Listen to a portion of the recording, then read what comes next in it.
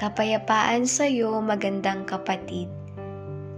Kung may bumabagabag sa puso mo ngayon at hindi mo alam kung paano ito haharapin, ito ang Day 4 ng ating 7 araw na devotional series na pinamagatang Binalot ng Kanyang Pag-ibig. May mga oras sa buhay na sobrang bigat ng ating mga responsibilidad, trabaho, pag-aaral, pamilya, bills, relasyon, lahat sabay-sabay. At minsan, nagdudulot ito ng takot at pangamba. Ngunit tayo'y pinaaalalahanan sa Isaiah 41:10, "Ako'y sa iyo, huwag kang matakot. Ako ang iyong Diyos, hindi ka dapat mangamba.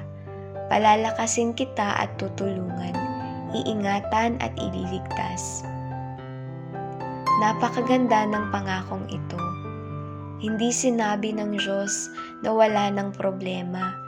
Hindi niya ipinangako na magiging madali ang buhay. Ngunit ipinangako niya na siya ay sa atin. Siya ang magpapalakas sa atin, siya ang tutulong sa atin, siya ang mag-iingat at magliligtas. Kapag tayo natatakot, hindi tayo nag-iisa. Kapag tayo nanghihina, may Diyos na umaalalay. Kapag tayo'y nalilito, may Diyos na gumagabay. Ang Diyos ay laging nakamasid at laging handang tumulong. Kaya sa oras ng takot at pangamba, lumapit tayo sa Kanya. Hindi lamang upang hingin ang solusyon sa problema, kundi upang hanapin ang Kanyang presensya.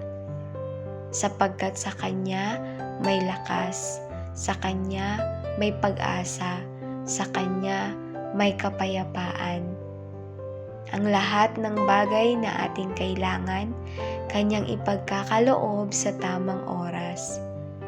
Kaya huwag kang matakot, ang Diyos ay kasama mo. Salamat sa pakikinig, magandang kapatid. Kung hindi mo pa napapanood ang Day 1 to 3, maaari mo itong balikan. Naway samahan po kayo ng kapayapaan at pag-ibig ng Diyos sa bawat sandali ng inyong buhay. Pagpalain po kayo ng Panginoon.